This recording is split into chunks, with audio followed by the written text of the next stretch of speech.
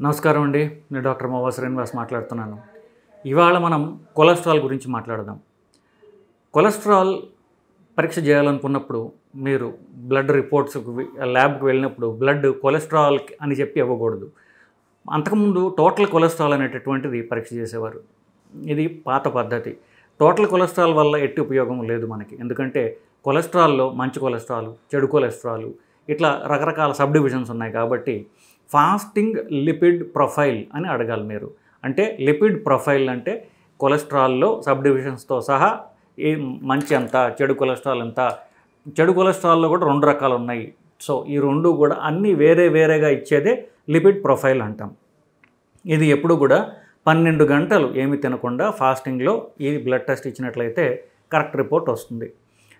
అన్నం తినేసిన తర్వాత కొలెస్ట్రాల్ రిపోర్టు చేస్తే అంత ప్రయోజనం ఉండదు. ఎందువల్లంటే అన్నం కొలెస్ట్రాల్ రిపోర్ట్ని చాలా వరకు మారుస్తుంది. అన్నం అంటే ఏదైనా సరే తిండి తిన్న తర్వాత మీరు కనీసం కాఫీ, టీలు, చక్కెర ఒట్టి కాఫీ, టీలు కాకుండా చక్కెర వేసుకుంటే ఇంకా.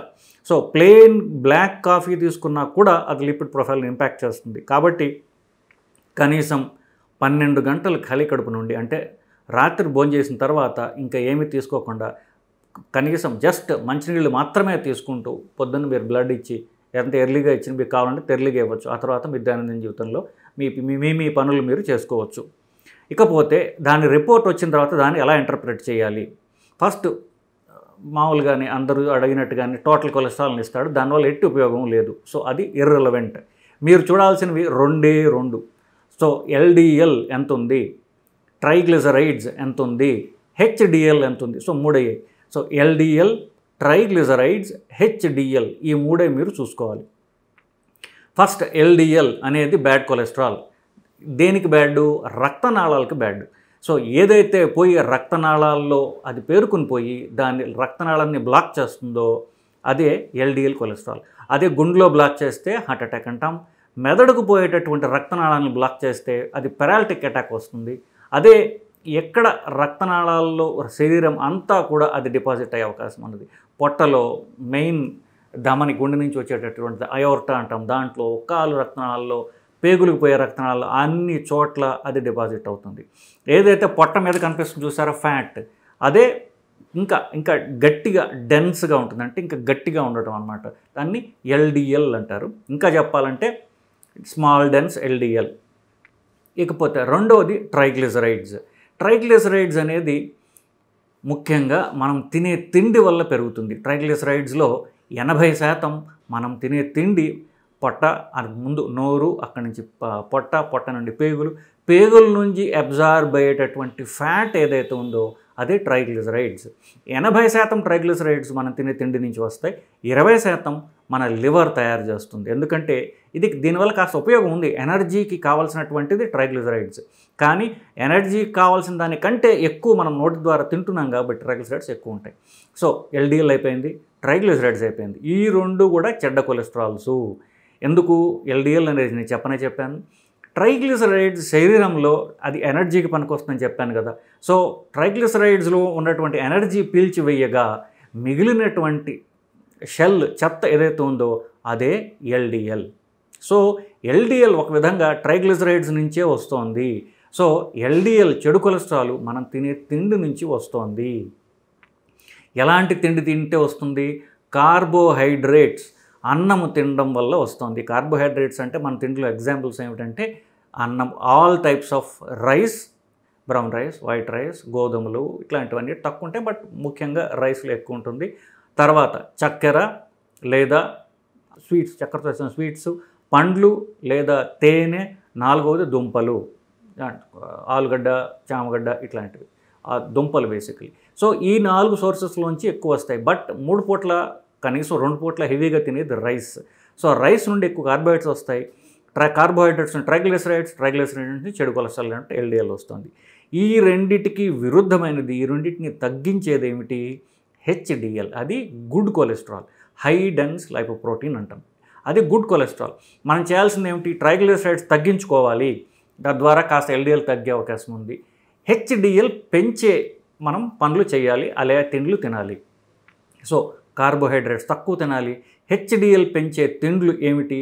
ముఖ్యంగా fish and fish liver oil ఇవి హెచ్డిఎల్ పెంచుతాయి. తిండి ద్వారా అయితే ఇదే ప్రూవ్డ్, మిగతావన్నీ కూడా అంత ప్రూవ్డ్ కాదు. వెల్లుల్లి తినండి, లేకపోతే చాలా చాలా చెప్తుంటారు, ఇవన్నీ కూడా ప్రూవ్డ్ కాదు. ప్రూవ్డ్ అంటే సైంటిఫిక్ టర్మ్స్లో తినగా పెరగడం గమనించింది పరీక్షల్లో ఫిష్ లివర్ ఆయిల్ లేదా ఫిష్, ఇది మాత్రమే. హెవీగా అంటే కనీసం రోజుకి ఎక్సర్సైజ్ చేసే వాళ్ళకి, కనీసం గంటన్నర ఎక్సర్సైజ్ చేసే వాళ్ళకి కూడా ఈ హెచ్డిఎల్ పెరుగుతుంది. ఇన్ఫ్యాక్ట్ లాంగ్ డిస్టెన్స్ సైక్లింగ్ ఇలా చేసే వాళ్ళల్లో హెచ్డిఎల్ ఎక్కువగా ఉంటుంది. సో మంచి పనులు చేయాలంటే ఏ పనులు చేస్తే హెచ్డిఎల్ పెరుగుతుంది అంటే ఎక్సర్సైజ్ రోజు ఎక్సర్సైజ్ చేయటం, గంటన్నర రన్నింగ్ కానీ సైక్లింగ్ కానీ చేయడం, లేదా ఫిష్ తినడం, ఈ రెండు ఉపయోగపడతాయి మనకి. బ్యాడ్ కొలెస్ట్రాల్ తగ్గించాలి అంటే రైస్ మానేయాలి. మిగతావి అఫ్కోర్స్ అవి ఎలాగో తక్కువ తింటాం, బట్ అవి కూడా మానేస్తే ఇంకా మంచిది. సో ఈ 3 మీరు చూసుకుంటే సరిపోతుంది. ఏ రిస్క్ ఫ్యాక్టర్స్ లేని వాళ్ళకి ఎల్డిఎల్ 115 కంటే తక్కువగా ఉండాలి. ట్రైగ్లిసరైడ్స్ 150 కంటే తక్కువగా ఉండాలి. హెచ్డిఎల్ మగవాళ్ళల్లో 40 ఉండొచ్చు, మగవాళ్ళల్లో 50 ఉండొచ్చు, ఆడవాళ్ళల్లో 40 ఉంటే సరిపోతుంది. సో ఈ 3 పారామీటర్సు, ఈ 3 నంబర్సు మీరు గుర్తుపెట్టుకుంటే సరిపోతుంది. ఇకపోతే ఎల్డిఎల్ అనేది 115 అని చెప్పాను, కానీ ఎవరికైతే సిగరెట్ తాగుతారో, ఎవరికైతే షుగర్ ఉంటుందో, లేకపోతే సిగరెట్ తాగుతూ షుగర్ ఉంటుందో, లేకపోతే షుగరు బీపీ ఉంటాయి, అంటే గుండె హార్ట్ అటాక్ సంబంధించినటువంటి రిస్క్ ఫ్యాక్టర్స్ అవి పెరిగే కొద్దీ ఎల్డిఎల్ మన టార్గెట్ తగ్గుతూ పోతుంటుంది. ఫర్ ఎగ్జాంపుల్, ఎవరికైతే షుగర్ ఉంటుందో వాళ్ళల్లో ఎల్డిఎల్ 70 ఉండాలి. షుగర్ ఉండి సిగరెట్ తాగుతూ ఉన్న వాళ్ళకైతే అది ఇంకా 50 దాకా కూడా మనం తీసుకువెళ్ళాలి. ఎలా వెళ్ళాలి? మందుల ద్వారా మాత్రమే వెళ్ళాలి. సో నేను బాగా తిండి తగ్గించుకుంటాను, బాగా ఎక్సర్సైజ్ చేస్తాను, ట్రైగ్లిసరైడ్స్ తగ్గించుకుని ఎల్డిఎల్ తగ్గించుకుంటాను అంటే అది కొంత రిస్క్తో కూడినటువంటిది. ఎందువల్ల అంటే అది అంత తేలికైన పని కాదు. సో అది జీవితాంతం మోటివేట్గా చేయడం అనేది నేను నా మొత్తం 20 ఏళ్ల ప్రాక్టీస్లో ఒకళ్ళిద్దరిని మాత్రమే చూశాను. ఇన్ని వేల మందిలో అది చేయడం అనేది సాధ్యం కాదు. ముందు డాక్టర్ చెప్పినప్పుడు కానీ చాలా మోటివేటెడ్గా ఉంటారు, చేసేస్తా అంటారు, కానీ ఆ చేసేది నెల రోజుల తర్వాత మళ్ళీ మొదటికి వచ్చేస్తుందంతా. సో బెస్ట్ ట్యాబ్లెట్ వేసుకోవడం, అది సేఫ్. ట్యాబ్లెట్ వేసుకుంటే ముందు మనం ప్రొటెక్టెడ్, ఆ తర్వాత మీరు ఎక్సర్సైజ్ చేయండి, మీరు తిండి కంట్రోల్ చేయండి, మీరు అన్నీ చేసుకోండి. కానీ ట్యాబ్లెట్ అంటూ వేసుకుంటే ముందు మీరు ప్రొటెక్టెడ్. కాకపోతే ట్యాబ్లెట్ వేసుకోక నేను ఎక్సర్సైజ్ చేస్తాను అని ఒక హోప్లో ఉండి అవసరమైనంత ఎక్సర్సైజ్ నేను మధ్యలో 4 రోజులు చేసిన తర్వాత నేను బిజీ, మా ఇంట్లో ఫంక్షన్ వచ్చింది, లేకపోతే నాకు వాళ్ళు జ్వరం వచ్చింది, ఇట్లాంటి రకరకాల కారణాలు, రకరకాల కారణాలన్నీ వెతుక్కుంటాము, ఎక్సర్సైజ్ చేయము. అట్లాగే తిండికి కూడా భోజనం చేయడానికి, రైస్ తినడానికి మనకు ఎన్నో కారణాలు కనిపిస్తాయి. రైస్ మానివేయడానికి ఒక్క కారణం కూడా కనిపించదు. సో చెప్పినంత సులువు కాదు ఆచరించడం. కాబట్టి ట్యాబ్లెట్ వేసుకుంటే you will be protected. So ఇది టూకీగా కొలెస్ట్రాల్ అంటే ఏమిటి, దానివల్ల వచ్చేది. ఇది American college of cardiology, American heart association, European society of cardiology వాళ్ళు ఇచ్చినటువంటి గైడ్లైన్స్ని చదివి చెప్పడం జరుగుతుంది. సో మీరు అవి తినండి, ఇవి తినండి, లేకపోతే మొలకలు ఇవన్నీ కూడా ఎవరి సొంత అభిప్రాయాలు, తప్పు కరెక్టు అని వారి విజ్ఞతకు వదిలేస్తున్నాను. మీకు రిస్క్ ఉన్నట్లయితే, స్ట్రాంగ్ ఫ్యామిలీ హిస్టరీ ఉన్నట్లయితే, ఫ్యామిలీలో మీ బాబాయిలు, మేనమామలు, అన్నదమ్ములు, అక్క చెల్లెళ్ళు, తల్లిదండ్రులు ఒకళ్ళకంటే ఎక్కువ హార్ట్ అటాక్ ఉన్నట్లయితే, స్ట్రాంగ్ ఫ్యామిలీ హిస్టరీ ఉన్నట్లే, అలాగే మీకు సిగరెట్ తాగుతున్నా, షుగర్ బీపీలు ఉన్నా మీకు హార్ట్ అటాక్ వచ్చే రిస్క్ ఉంది. కాబట్టి మీరు ట్యాబ్లెట్ వేసుకుంటే you will be definitely protected. Cholesterol తగ్గేటటువంటి ట్యాబ్లెట్ వేసుకుంటే నాకు ఏవో దుష్పరిణామాలు వచ్చేస్తాయి అని చెప్పేసి చాలామంది డైట్ గురువులు చెప్తూ ఉంటారు. ఆ డైట్ గురువులు ఈ మధ్య నా దగ్గరకు ఒకరు వచ్చారు. వారు ఒక ప్రామినెంట్ డైట్ గురువుకి శిష్యులు. సో వారి వాట్సాప్లన్నీ కూడా గ్రూప్స్ అవన్నీ కూడా వీరు చూస్తూ ఉంటారు. సో ఆ గురువు గారు ఏం చెప్పారు, కొలెస్ట్రాల్ ట్యాబ్లెట్ మానివేసేయి అని చెప్పారు. సో వీరు మానివేయడం జరిగింది. సో వీరు అంటే అతను మానలేదు. అతను ఏం చేశాడంటే అతనికి అవసరం లేదు, బేసికలీ అతను తండ్రికి ఇచ్చేటువంటి కొలెస్ట్రాల్ ట్యాబ్లెట్ మానివేయడం జరిగింది. దాంతో ఏమైంది, సో తండ్రికి కాస్త నడుస్తుంటే నొప్పి రావడం ఇట్లాంటివన్నీ జరిగాయి. సో ఈ మధ్యన అతనికి యాంజియోగ్రామ్ చేస్తే గుండెకు ఉన్నటువంటి 3 రక్తనాళాల్లో ఒకటి 90% బ్లాక్ అయింది, ఒకటి 100% బ్లాక్ అయింది, రెండోది బాగానే ఉంది. సో బైపాస్ ఆపరేషన్ వెళ్ళాల్సినటువంటి పరిస్థితి వచ్చింది. సో మిగతా వాళ్ళు చెప్పేది ఆచరించాలా వద్దా అనేది మీ విజ్ఞతకు నేను వదిలేస్తున్నాను. మీ గుండె ప్రొటెక్ట్ చేసుకోవాలనుకుంటే మీరు గైడ్లైన్స్ ఫాలో అవ్వండి. నా మాట కూడా వినక్కల్లా. నేను క్వాలిఫైడ్ డాక్టర్, నేను కార్డియాలజిస్ట్ని. బట్ స్టిల్ చెప్తున్నా, మీరు కనీసం పెద్ద పెద్ద బాడీస్ అంటే కొన్ని ఒక్కొక్క సబ్జెక్ట్ గుండె సబ్జెక్ట్లో ఉద్దండులైనటువంటి వాళ్ళు అమెరికాలో, యూరోప్లో కలిసి వాళ్ళు ఫామ్ చేసినటువంటి గైడ్లైన్స్ ప్రకారం నేను చెప్పినటువంటి నెంబర్స్ ఉన్నాయి. ఇన్ఫ్యాక్ట్ బ్రౌన్వాల్డ్ అనే ఆయన మా గుండె కార్డియాలజీ టెక్స్ట్ బుక్ రాశాడు ఆయన. ఆ టెక్స్ట్ బుక్ మేము తరతరాలుగా చదువుతున్నాం టెక్స్ట్ బుక్ అది. ఆయన చెప్పారు, ఈ శతాబ్దంలో, ఈ సెంచురీలో వన్ ఆఫ్ ది బెస్ట్ మాకు కనిపెట్టినట్టు మందులు ఏమిటంటే, ఒకటి ఈ కొలెస్ట్రాల్ తగ్గించేటటువంటి మందు అటర్వాస్టాటిన్, రోజ్వాస్టాటిన్. ఎందువల్ల? దానివల్ల ఎన్నో మరణాలు కాపాడబడ్డాయి, ఎన్నో మరణాలు నివారించబడ్డాయి అని వారే చెప్పడం జరిగింది. సో సరే, దీనివల్ల పూర్తిగా మంచి మంద. అటర్వాస్టాటిన్ వేసుకోవటం వల్ల 5% షుగర్ పెరుగుతుంది. 100లో 5%. 100 మీకు షుగర్ ఉంటే దాన్ని 5 మిల్లీగ్రాములు పెంచే అవకాశం ఉన్నది.